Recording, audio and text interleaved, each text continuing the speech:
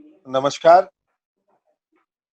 आज India post में हम एक ऐसी शख्सियत से बात करेंगे जो एक महिला सशक्ति का सशक्त उदाहरण है।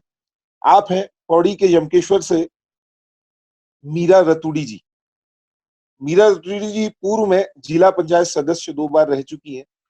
वर्तमान में एक साप्ताहिक पत्रिका समाचार ग्रामीण परंपरा के नाम से चलाती हैं। नमस्कार मीना रतूड़ी जी।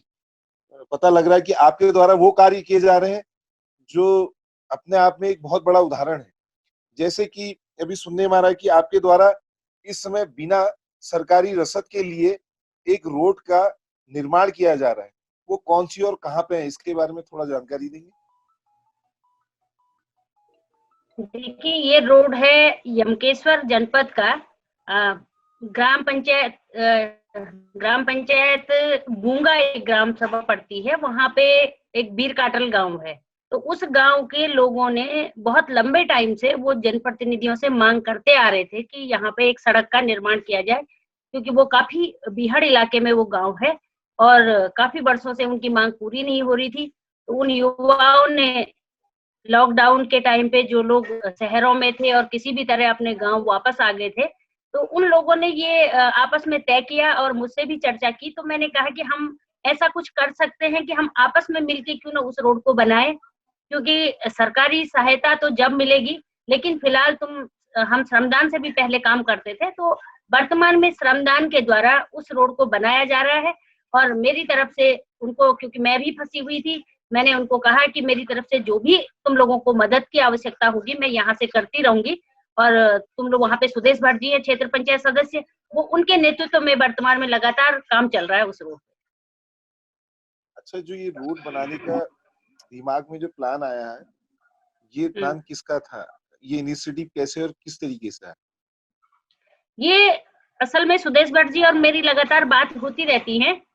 तो उन्होंने मुझे कहा कि दीदी, हम लोग घर में आजकल फालतू हैं, सारे लड़के आए हुए हैं, क्या काम किया जाए। तो मैंने उनको कहा कि भाई क्यों ना हम ऐसा करें कि हमारे गांव के जो, पहले तो ये बात हुई कि हमारे जो कुछ छोटे छोटे पेयजल लाइनें उखड़ी हुई हैं, गूल टूटी हुई हैं, हम इन कामों को करें। तो ये बात आई कि क्यों ना पहले सड़क से हम शुरू करें, क्योंकि जो हमारी लाइफ लाइन है वो सड़क है, और अगर सड़क हो जाएगी तो हमारे और काम भी हो जाएंगे। इसलिए ये मानिए कि दोनों लोगों का आपस में ये सहमति बनी कि इस काम को करें।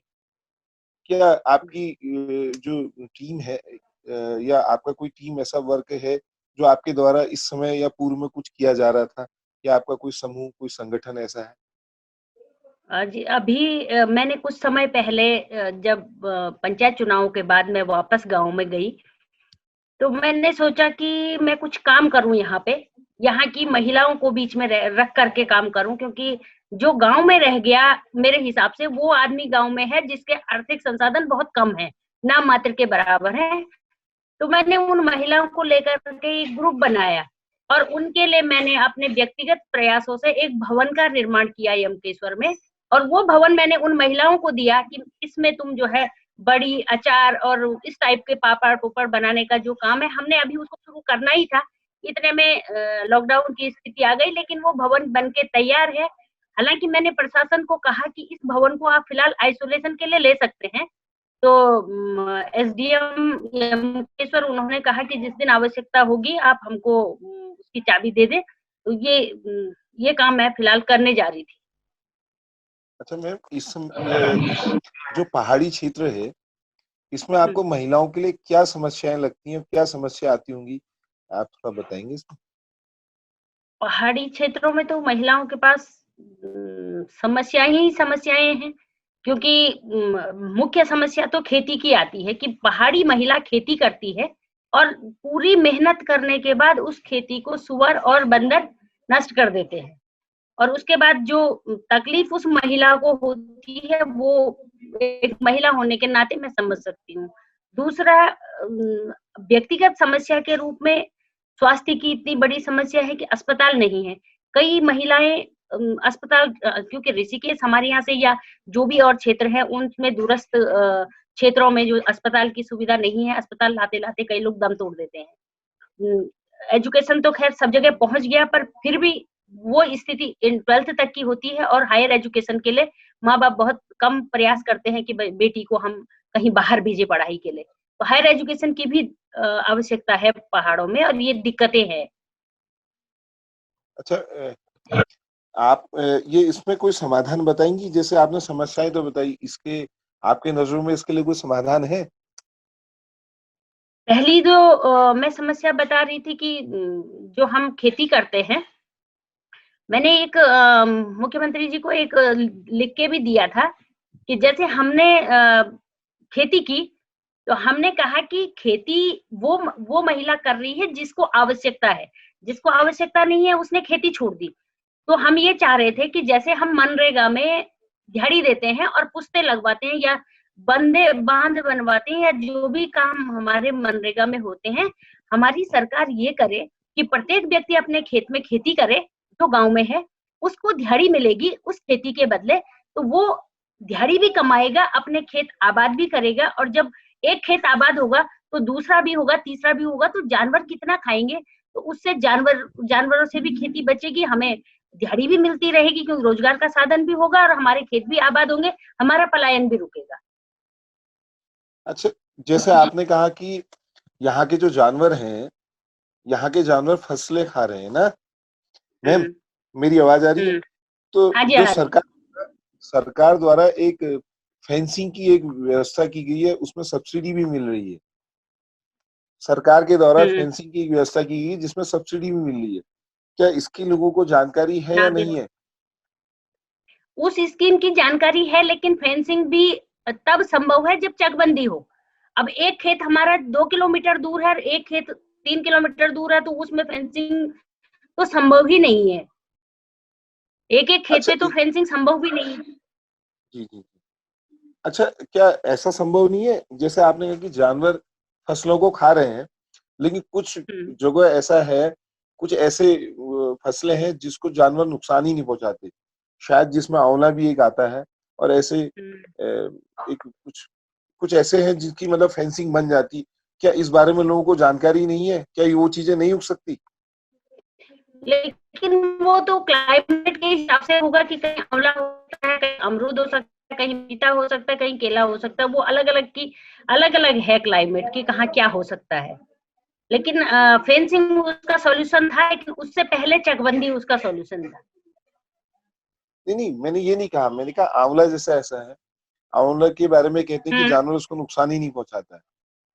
और एक वो नाम मैं लेकिन भूल रहा हूँ, एक मार्केट ऐसा नहीं वो हुँ, मैं आपकी बात से सहमत हूँ कि जानवर नुकसान नहीं पहुँचाते, लेकिन आंवला लगाने के बाद फिर पहाड़ में मार्केटिंग की समस्या आती है, कि मार्केटिंग कैसे हो?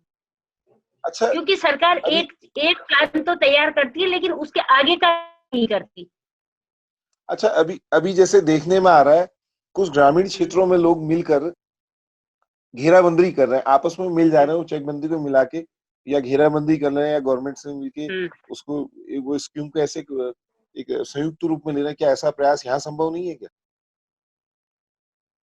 प्रयास संभव है, होने को तो यहाँ सब कुछ हो सकता है, लेकिन ये समस्या है कि माना 4 भाई हैं, 4 भाइयों में 2 भाई तो शहर में रह रहे हैं और 2 भाई गाँव में हैं। वो शहर वाले भाई अपनी ज़मीन देने को तैयार नहीं है। अगर सब लोग मिलके एक व्यक्ति को वो ज़मीन दे दें तो वो संभव है।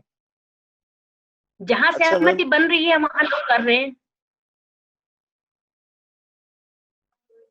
अच्छा एक चीज, ये जो आपका जो एक यहाँ पे उत्तरांचल उत्थान परिषद है, शायद आप उससे हाँ जुड़े जी। हैं।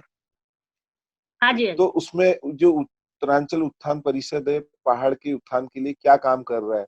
क्या आप लोगों को इस बारे में कोई संदेश देना चाहेंगी? हेलो। मेरा तो सबसे पहला संदेश उत्तरांचल उत्थान परिषद। हाँ जी, आ रही है आवाज़? जी, जी, जी, बिल्कुल। हेलो? हाँ। उत्तरांचल उत्थान परिषद जो सबसे पहले इन्होंने जो काम किया था प्रवासी पंचायत का, मैं तो बहुत प्रभावित हुई कि प्रवासी लोग गांव में आए, अपने गांव के बारे में सोचे और जो सक्षम लोग हैं वो सरकार का मुंह न ताक करके अपने संसाधनों से भी अपने गांव का विकास कर सकते हैं। और ऐसे लोगों का भी आह्वान करती हूँ जो लोग बाहर हैं वो लोग गांव में आए और अपने गांव में सांस्कृतिक, राजनीतिक, धार्मिक जो भी कर सकते हैं सामाजिक, उन काम में बढ़ चढ़। मैं अंत में एक आपसे प्रश्न और पूछना चाहूंगा कि जो प्रवासी उत्तराखंडी है, जो यहाँ के निवासी हैं, हेलो हेलो, हाँ जी, हाँ मैम, हाँ जी, आवाज आ रही है मेरी? आ रही है आ बिल्कुल। रही है आवाज। जो हाँ मेरी, प्रवासी हाँ आपकी आवाज उत्तराखंडी आ है, रही जो है। हमारे निवासी हैं, इस समय जो कोरोना रूपी स्थिति आ रही है, उस समय कुछ हमें आई व्यय की समस्याएं आएंगी, थोड़ा यहाँ पे संसाधन के लिए जो भी है, जो आ रहे हैं, उनको थोड़ा यहाँ पे मुश्किलें आएंगी, तो उनके लिए आपका कोई संदेश है तो बताइएगा। यही संदेश है कि कोरोना के बाद जो सक्षम लोग हैं, अच्छे सक्षम हैं, जो शहरों में रह रहे हैं, वो अपने भाइयों की, गांव में रहने वालों की मदद करें, उनके बच्चों की शिक्षा के बारे में, उनके आर्थिक रूप से जो भी दिक्कतें आ रही हैं, जो चीजें सरकार नहीं कर पा रही है, उस सब के लिए आगे आए। तो मित्रों, ये थी हमारे यमकेश्वर से पूर्व जिला पंचायत सदस्य डॉक्टर मीना रतूड़ी जी, और ये महिला सशक्तिकरण का एक सशक्त उदाहरण है, जिन्होंने एक ऐसे कोरोना रूपी महामारी के समय में एक ऐसा कार्य प्रशस्त कर दिया, जिस समय सरकार का ध्यान शायद ही इन चीजों में जा पा रहा है कि रोड बननी है या आम जनजीवन को देखना है, उसको तो कोरोना रूपी लड़ाई से लड़ना है। लेकिन इनकी डॉक्टर मीरा और इनकी टीम ने एक ऐसा उदाहरण प्रस्तुत किया, मोहन चट्टी की वीर काटला गांव को जाने वाली एक सड़क, जो कच्ची सड़क थी, इनके इनके मित्रों के, इनके टीम के प्रयास से वो रोड को इनके द्वारा नियत बनाया जा रहा है। इस समय ये बता रही कि इस समय काम चल रहा है। दूसरा कि इस समय सबका ध्यान रसद की ओर लगा है, राशन वासन इन चीजों के लिए, और ये कहीं ना कहीं हम भूल जाते हैं कि राशन के लाने लोगों को निजी जरूरतें पड़ती हैं, जिसमें पेस्ट, जैसे मैम ने बताया, साबुन, और इस तरह की जो रोजमर्रा की चीजें, जो जरूरतें होती है, तो इसमें इनकी ओर ध्यान गया। इसके लिए द इंडिया पोस्ट और भारत के समस्त दर्शक, इन सब की ओर से मैं आपको धन्यवाद अदा करता हूँ, और द इंडिया पोस्ट के समस्त दर्शकों से अनुरोध ही नहीं, अपेक्षा करता हूँ, अगर ये वीडियो पसंद आए तो ज्यादा से ज्यादा शेयर करें, ताकि इस टाइप की जो गतिविधियां चल रही हैं, इस टाइप के जो सशक्त और राष्ट्र हित के लिए जो कार्य चल रहे हैं, इससे लोग प्रेरित हैं, और प्रेरित होकर इस वीडियो को देखें, लोग इससे प्रेरणा लें। धन्यवाद।